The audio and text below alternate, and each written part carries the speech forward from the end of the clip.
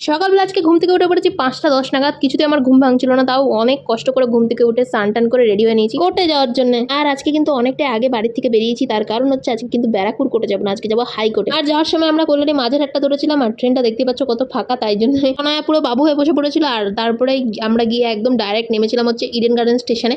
আর ওখান থেকে high court just পায়ে হেঁটে 5 মিনিট লাগে সময়। আর আগে একদিন হাইকোর্ট এসেছিলাম, সেই সময় শিয়ালদা থেকে হয়ে এসেছিলাম, তো সেইবার অনেকটা সময় লাগেছিল হাইকোর্ট আসতে। তো আমার কাছে এই ইডেন গার্ডেন থেকে হাইকোর্ট আসাটাই ইজি লাগলো। যেই ম্যামের কাছে হাইকোর্টে আমরা প্র্যাকটিস করব তাকে ফোন করলাম, সে বললো 2nd ফ্লোর কোর্ট নাম্বার 15-এ চলে আসতে। ওখানে ওনার হিয়ারিং ছিল। আর তারপরে কোর্ট নাম্বার 26-এ দেন ম্যাম বললো আজকে ওনার কি কাজ আছে, তাই উনি তাড়াতাড়ি বেরিয়ে যাবে। তো আমরাও বেরিয়ে পড়েছি, দেখতে পাচ্ছ। আর এই দেখো, তোমাদেরকে একটু হাইকোর্টের সামনের ভিউটাও দেখিয়ে দিলাম, কি সুন্দর লাগছে না।